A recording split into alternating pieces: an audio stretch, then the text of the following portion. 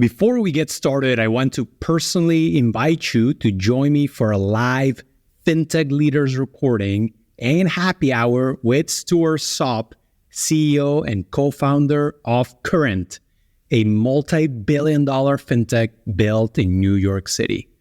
Join us at Barclays Rise, New York on Monday, October 16 to kick off New York Tech Week. You can visit the show notes on Fintech Leaders Substack to find the registration link. See you there.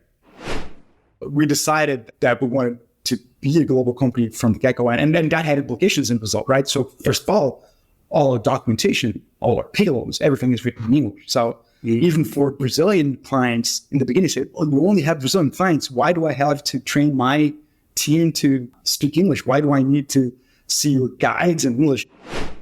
If you're growing, 100% a year, and then you start growing 20% a year, that will change how you manage your business. That will change perception, because it's easy to be a manager where everyone's getting a promotion every 3 months.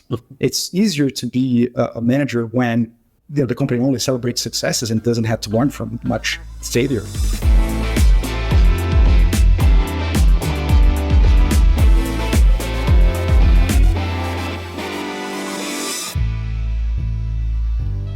Hello, everyone, and welcome to Fintech Leaders. Coming to you from New York City, I'm your host, Miguel Armaza, and I'm a co-founder of Gilgamesh Ventures, a venture capital fund that backs early-stage fintech entrepreneurs in the US, Canada, and Latin America. If you enjoyed this conversation, I invite you to leave a review on Apple Podcasts, Spotify, or wherever you get your shows so more people can learn about fintech leaders. In this episode, I sit down with Ricardo Josua, CEO and co-founder of Pismo, a global tech company that builds banking and card solutions for digital banks and large financial institutions. Headquartered in Sao Paulo, Brazil, the company has operations in Latin America, Southeast Asia, Europe, and the US, and processes over $210 billion in annual transaction volume.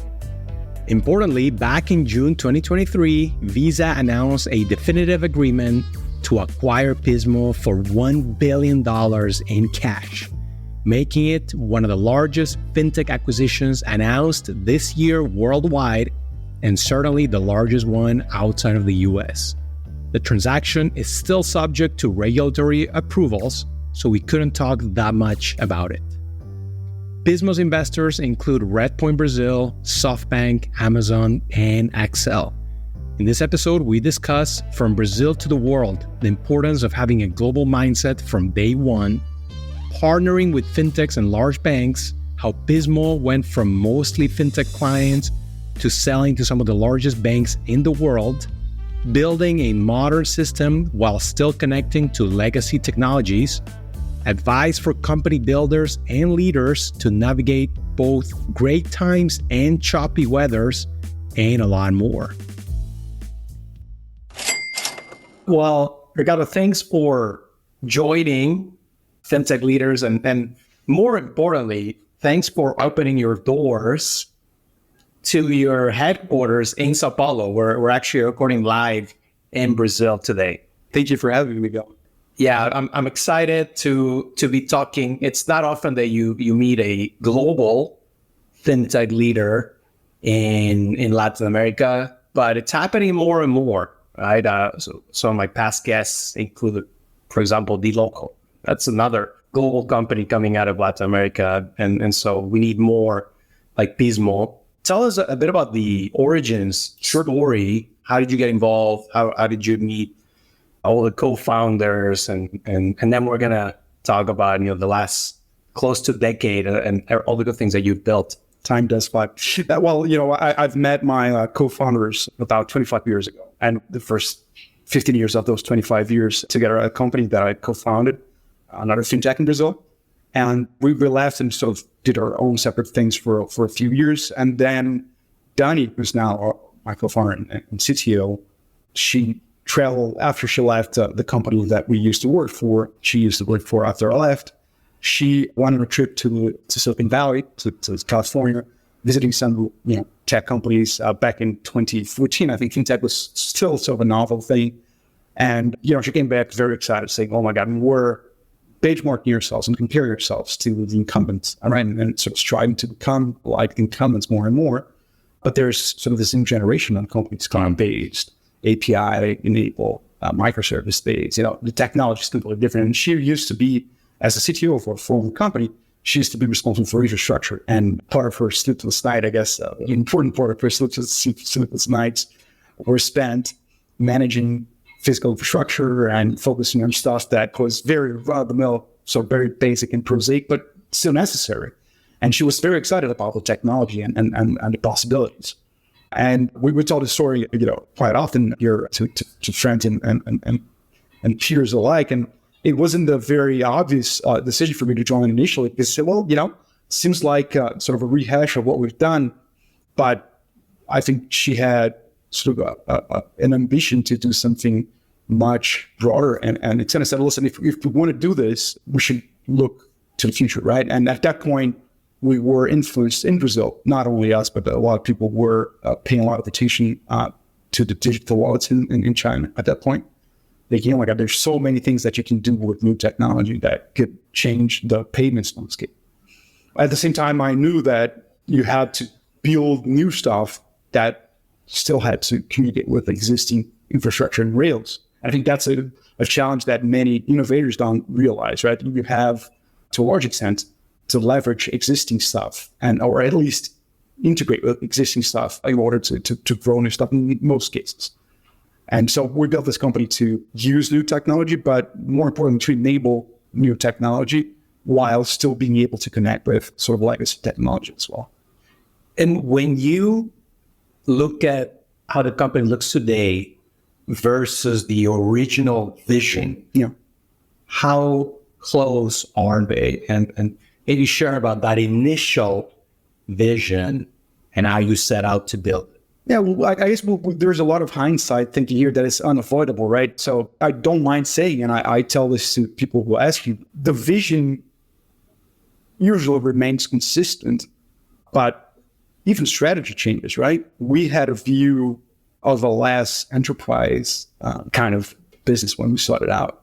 We were thinking that we would enable mostly, fintechs and new entrants through the market.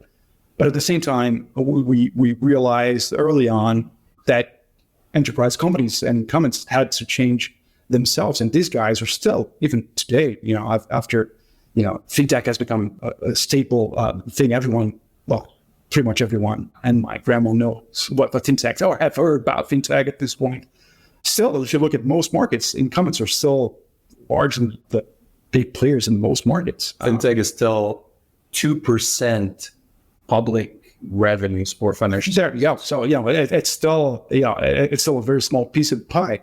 So if you want to enact change and become a viable business, you have to cater to those large companies as well. And I think today, if you look at our portfolio, we have many more fintech clients than we have incumbent clients. However, our revenue still comes, at a disproportionate level from incumbent players. Even when you get sort of very exciting and well-funded fintechs, these guys just find their footing or so growing to where they need to be to become viable businesses.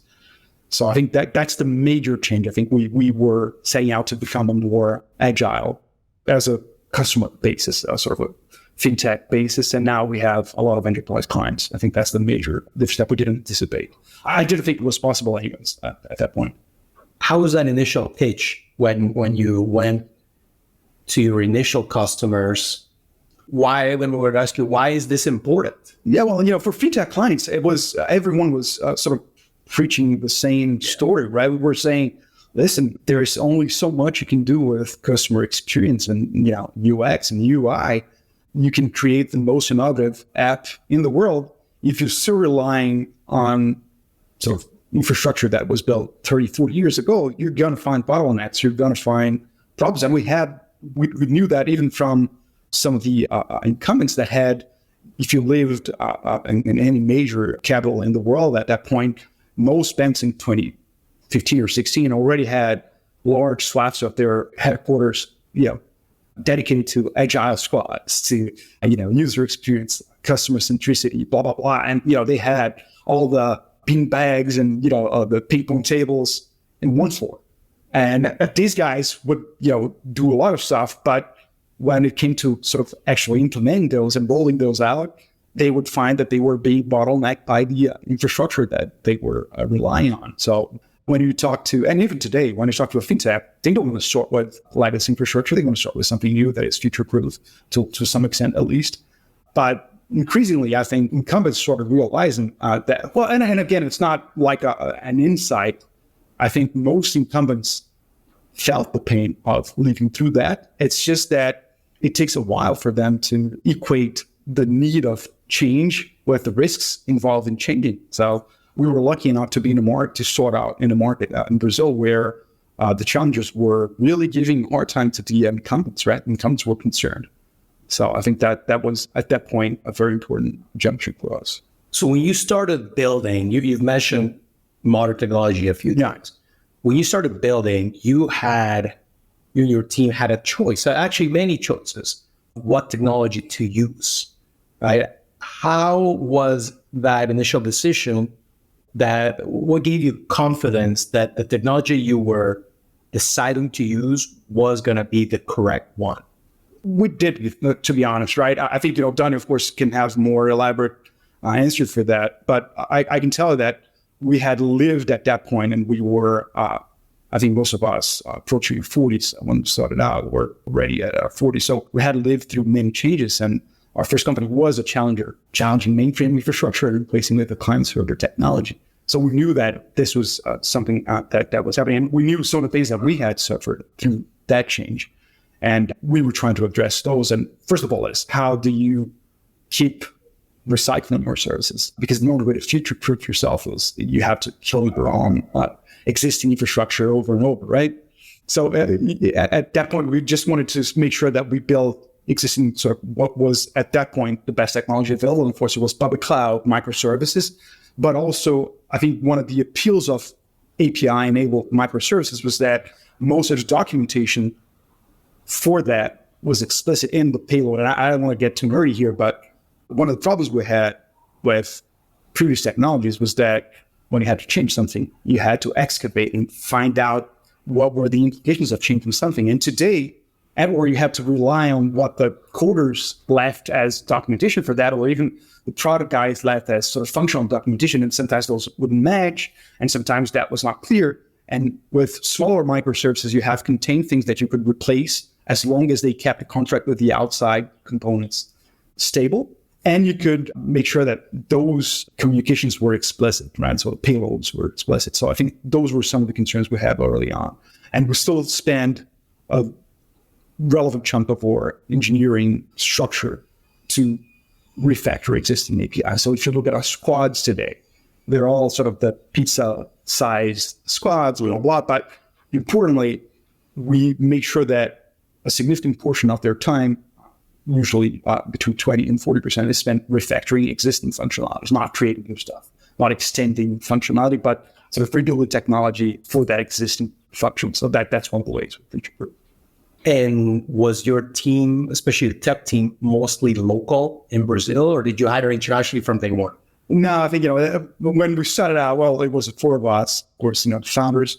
Early on, we started with local talent, but at that point, I think we were starting to see some of the local talent being recruited by international. So one of our engineers moved to Germany. One of the first architects we had moved to Munich or to Berlin. I think it was Munich and then Berlin, and worked for us from there for a while. Then, got a better paying job at that point. But he was an important, people that were sort of aware of what was happening globally. So let's talk about the importance of a composable core banking system. And I guess that can be a segue to talk about your core products today, what Pismo offers today, your bread and butter. Well, I think, one of the ways we describe this is it's a anti-design thinking approach. So what we had for a very long time was you start out with product description and what clients need, and you go from there, all the way in. So from the outside in. We had a different approach for infrastructure that stated that we needed to start from first principles. So what is universal, right? And if you look at, and people ask us, oh, how can you manage to have clients in India and Australia and Brazil and Argentina and the US using the same platform, the same software code? Aren't there many sort of different regulatory differences and, localization needs? And my answer at that point was not empirical. It became afterwards, but was that people assumed that because regulation is particular to each country, but the underlying logic is always the same. So essentially what you have is, and what we build ourselves, is a very abstract layer that has the universal components of not only, banking, but financial services in general.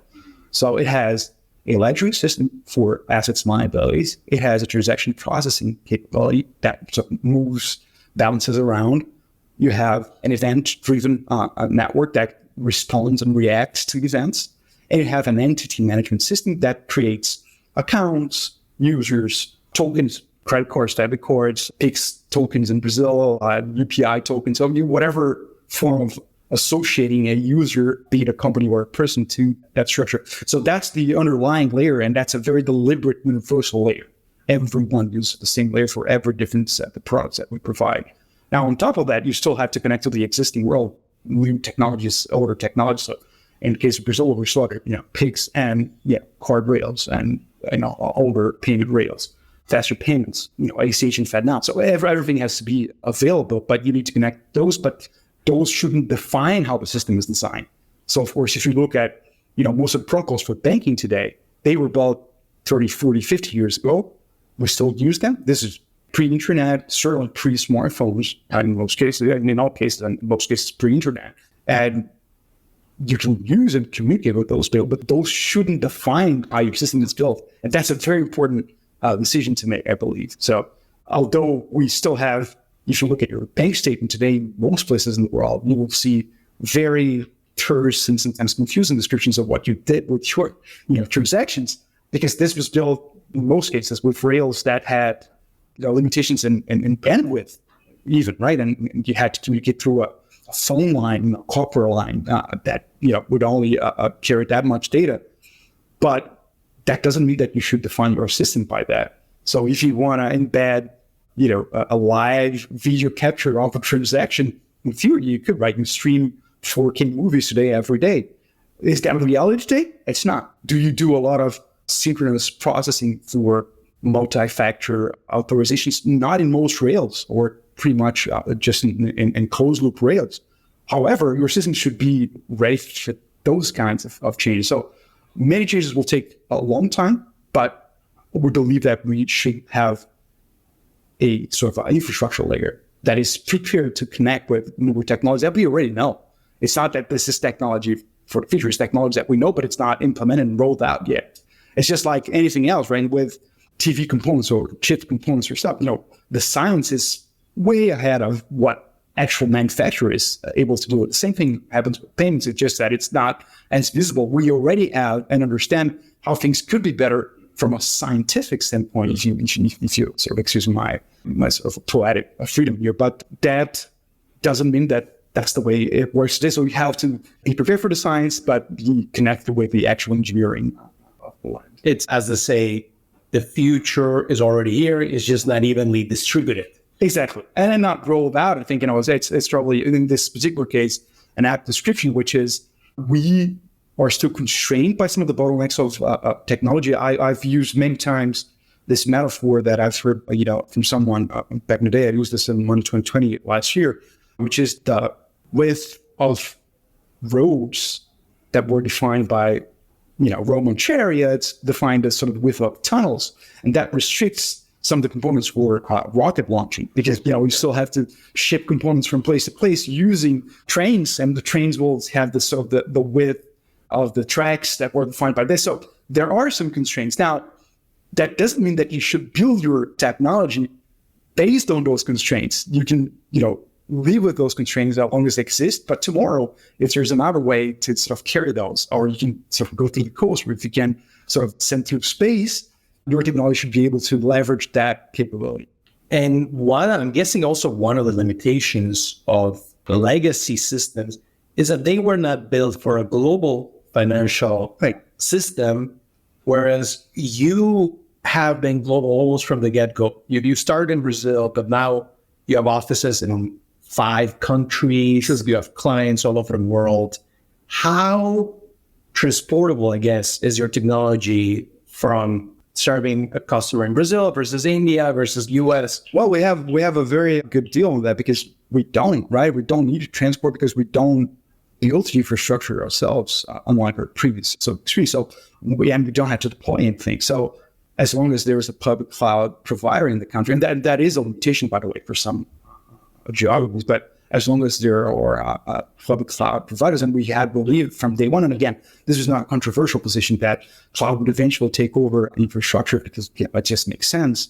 But as long as they are, it's just a play button. It's a completely abstract infrastructure. It doesn't matter. So if we need to set up, as we do now, in the countries, or even with the TTS deal from Seed, it's going to be dozens and dozens of countries.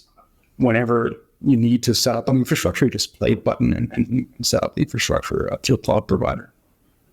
What implications did that have for the company going global? Because all of a sudden you have regional hands, all of a sudden you have different culture, maybe not. How did you approach it? And it's funny they say all of a sudden. It takes a very long time. I mean, we decided that we wanted to be a global company from the get-go, and then that had implications in Brazil, right? So first of all our documentation, all our payloads, everything is written in English. So even for Brazilian clients in the beginning, say, we only have Brazilian clients. Why do I have to train my team to speak English? Why do I need to see your guides in English? And why does the payload for Pix says recipient instead of recipiente or whatever, the word in Portuguese is for that?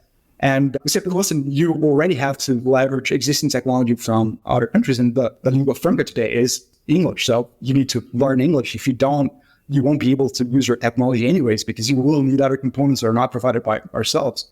So that was the first one. Now, between that and actually deploying and having clients, which is important abroad, was a very long journey. First, we had to make sure that we had a stable and proven product to go abroad, because there's this, the zip code text, right? When you go over a new country, people don't know you, blah, blah, blah.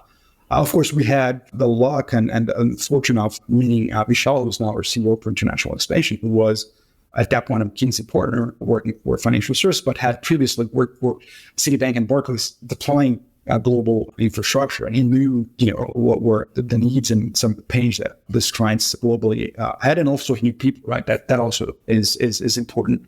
And then, just prove it to the first client. It's still tough today. When you go to a new market, people in general are risk averse. You probably know the risk aversion sort of bias that most people have, but for financial institutions, that bias is, taken to the nth level, right? You don't want to sort of experiment with other people's money, right? Neither do we. So even though we are an innovative company, or here, our first pillar here within the company is total trust, non-negotiable. We're dealing, just to give you a sense of what we're doing today, probably more now, but about $210 billion a year in transaction volume.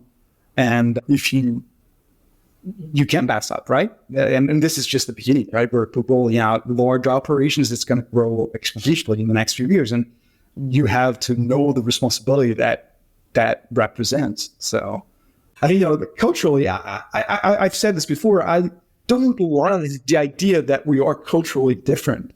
If you even travel today as a sort of a regular person, the world is very connected. You go to a small town in Bolivia or Brazil, you will see barbershops look pretty much the same today, which is probably a trend from TikTok. So people watch the same movies and, for a while now, and sort of, there are, of course, similar cultural characteristics, but I think largely from a entrepreneurial standpoint, there's more, laws aversion, more risk sort of alignment. But in general, we have people that are hungry to change. In the US, in the UK, we have our offices in the UK. If you talk in English, language aside, which is, I think, the biggest barrier that we have, if people speak good enough English, if you go to a happy hour, I'm sure, if you close your eyes, maybe because, it might be, that some ethnicity factor might sort of give you clues, but outside of that, and even that, you struggle going to make you miss the mark. But if you look around the table, if you talk to different people, I'm pretty sure you couldn't tell who's British or who's Indian or who's Brazilian or who's Singaporean. I don't know. I don't like the idea. I think there's so much more that, sets us, that keeps us together than sets us apart, right? Yeah. The similarities are much more important than the differences. I think the human ambition is universal, right? What have you learned? You mentioned some key hires to show, and I'm sure there's been a lot more. Yeah, of course. What have you learned about bringing talent home? Well, I think, we had, a very fortuitous, I guess, because it was a very difficult time for the world, but growing during the pandemic, we started the pandemic with 40 employees. We're now 500 and something, but we grew in the first year of the pandemic almost 5 times. And doing that during the pandemic, the headquarters sort of complex, right, where, you're either in the headquarters and you sort of get to live with, most of the executives, and now you're, in one of the peripheral offices. That didn't happen because everyone was communicating through Zoom anyways. So people didn't have privileged access to other executives, vice versa. So I think that helped a lot. And you now see that, some squads have people working in India and Brazil. We're in the same squad, people in India, Australia, Brazil, the UK. And I don't remember last time I heard, some saying, oh my God, this guy's, it's just part of the team, as long as they communicate. Again, the only barrier is English, right? Which is sometimes a problem. But most of our countries outside Brazil are English speaking. People in Brazil are improving their English, although it's still not as proficient as we'd like in most cases. Within the company, people do, of course, have to speak a decent level of English. You mentioned the pandemic. Pismo has been around during some interesting times. Yeah. Bear markets, bull markets. There's founders tuning in. There's fintech operators tuning in. Where are you going through at least a tech bear market? Yeah. What does that represent for the industry? I had this very clear understanding that managing something during a bull market, or even within the company, forget about the outside market, managing fast-growing companies is different than managing a slow-growing, and managing a bull market is much different than managing a bear market. You tend to over-congratulate yourself when you're growing something, either because of market conditions or because of raw talent. I had that experience. And then when it changes, it doesn't even have to sort of flip sides. If you're growing, 100% a year, and then you start growing 20% a year, that will change how you manage your business. That will change your perception, because it's easy to be a manager where everyone's getting a promotion every 3 months. It's easier to be a manager when the company only celebrates successes and doesn't have to learn from much failure. Now, when you have a downturn in the market, or a downturn within the company, even regardless of the outside market, it requires a different set of capabilities. I think, having lived through those in my life, now when I joined my first job as an investment banker, the first year was amazing. And I said, oh God, this culture is brilliant. How come the world is not like this? And then, the Russian crisis came in 97, and then the Asian markets crisis. And so, now I see why the world isn't all work. It doesn't mean that it's not a geared proposition. It's just that it will change how efficient it is for different markets. So I think, it takes some sort of leap of faith to become an entrepreneur. People say that, and it's true. And you have to defy odds, and you need some level of boldness that is above and beyond what rational, expectations would be. But, if you want to build an enduring company, you got to take care on your fundamental, right? Because when push comes to shove, it's going to be the quality of your services. It's going to be, it doesn't matter if you grew 200% if your clients are dissatisfied, for example. You get died soon. And anyways, it's just a matter of time. And another side of, company survivorship is your ability to fundraise. Yeah. Right. At least at the very beginning, then obviously you get going to become break-even and profitable. But at the beginning, venture backable businesses, it's crucial to have that ability to fundraise. Take us through that journey Well, we were fortunate again because we were in the sort of the very first days of the growth of venture capital in Brazil in particular, but I guess in the world, in our sense. So 2015 was sort of the 15, the prime years of fundraising. We got all the way to 2021 where you had crazy valuation and stuff, but you sort of started there. And we were fortunate to have very good backers. And at that point, we had opportunities to raise at better valuations from less, I guess, institutional sound sources or connected sources. And I think, having smart people around, but also people who have very good connections, people that also provide credentials. Let's not forget that the world uses credentials as shorthand for a lot of stuff, right? People, if you come to the table with sort of a credible backer, people will sort of give you some credit for that. And then, we shouldn't sort of, I guess, look at this as a bad thing. It is what it is. As it is, we went to MBA at a prestige college. It does make a difference, right? Because they've done some work in sifting through candidates and finding you that is not shorthand for you. And when you show your credentials, it does help.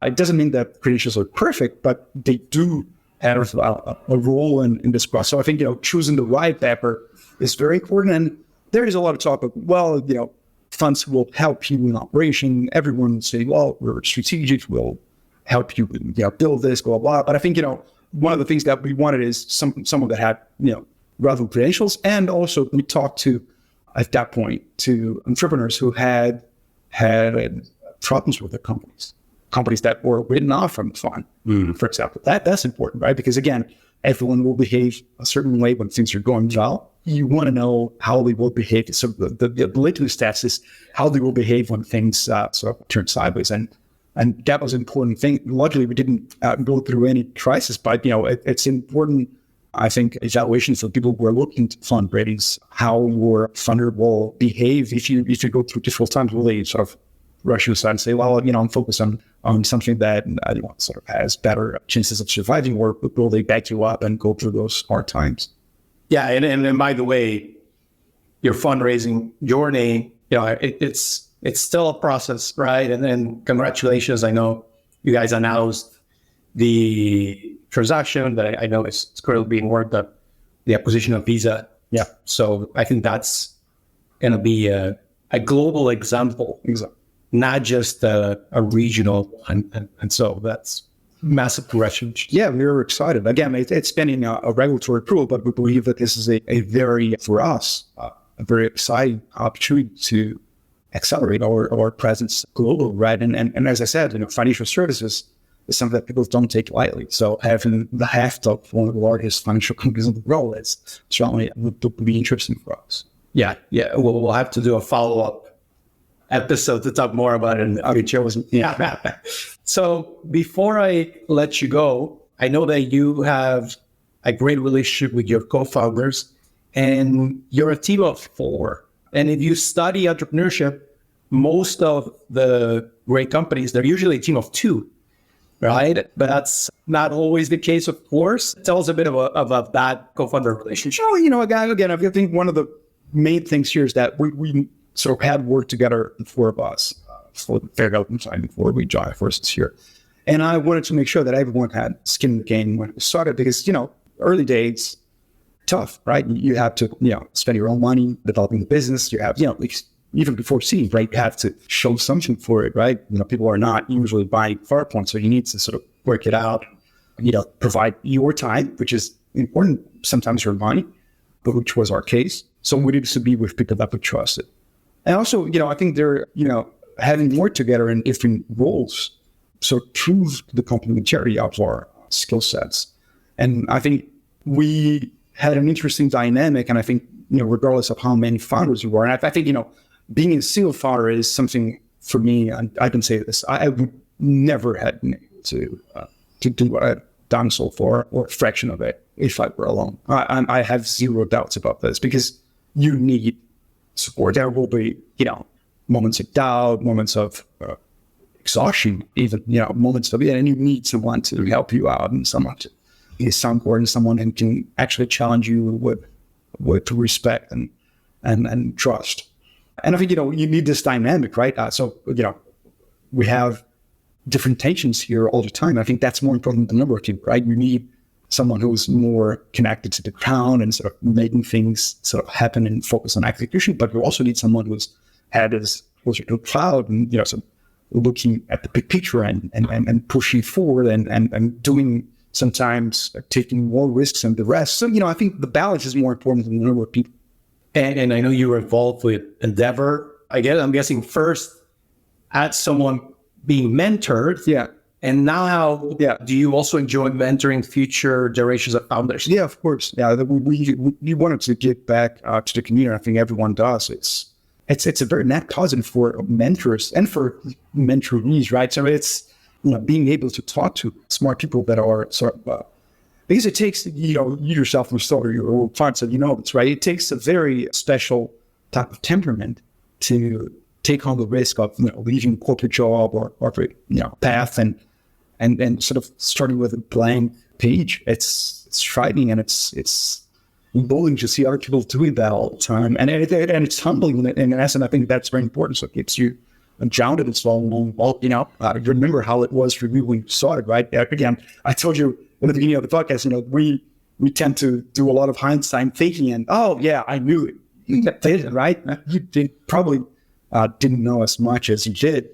So yeah, it's a great thing to be able to, and even mentoring is probably too lofty. Where you're just having conversations with the people and supporting them in any way we can. Yeah. Well, Ricardo, thanks for being a global example to you and your team out of Latin America. We need more of those. And thank you for sharing your story. No doubt there's going to be a lot of interest and hopefully you get more entrepreneurs that reach out to you for mentoring or questions. It'd be a pleasure. Always great talking to you, God. Thank you very much. Thanks for tuning in. I hope you enjoyed this great episode with Ricardo, CEO of Pismo. If you want more interviews, make sure to subscribe, follow, and leave a review on Apple Podcasts, Spotify, or wherever you get your shows. It helps and truly means a lot. And if you have any suggestions or thoughts about the show, just drop me a line on Twitter or LinkedIn. And once again, I hope you join our live FinTech Leaders recording and happy hour on October 16 with Stuart Salt, CEO and co-founder of Current. You can find the registration link in the show notes on FinTech Leaders Substack. Signing off till next week, I'm your host, Miguel Armaza.